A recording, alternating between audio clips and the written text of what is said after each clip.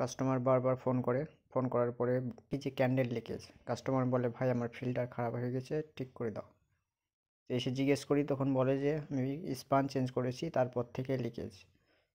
তখনই আমি বুঝতে পারলাম যে কাস্টমার কীরকম হতে পারে।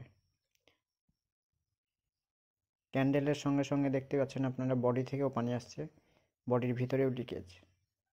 কাস্টমার বলে আমি SB valve auto cut set change করেছি কিন্তু লিকেজ মরেনি। আরে ভাই, যেখানে লিকেজ আছে সেখানেই তো চেঞ্জ করতে হবে, সেটাই ঠিকভাবে লাগাতে হবে। তো পাওয়ারটাকে অফ করব, ফিল্টারটাকে নিচে নামিয়ে ঢাকনাটা খুলে নেব। ঢাকনাটা খোলার পরে যেখান থেকে লিকেজ হচ্ছিল সেটাকে ভালোভাবে পুশ করে দেব। কাস্টমারকে জিজ্ঞেস করি, কি ও এটা ঠেকা দেওয়া যন্ত্র। এ তো কাস্টমার নয়, এ যেন একদম ইঞ্জিনিয়ারিংয়ের দাদু। তো ফিল্টারটা যখন এসেছি তখন পুরোটাই সার্ভিস করে দিলাম। কাস্টমারকে বলবো ভাই, টেকনিশিয়ান এমনি এমনি সার্ভিস চার্জ নেয় না, ওর পেছনে অনেক অভিজ্ঞতা লাগে, অনেক মেহনত লাগে, ঠিক আছে?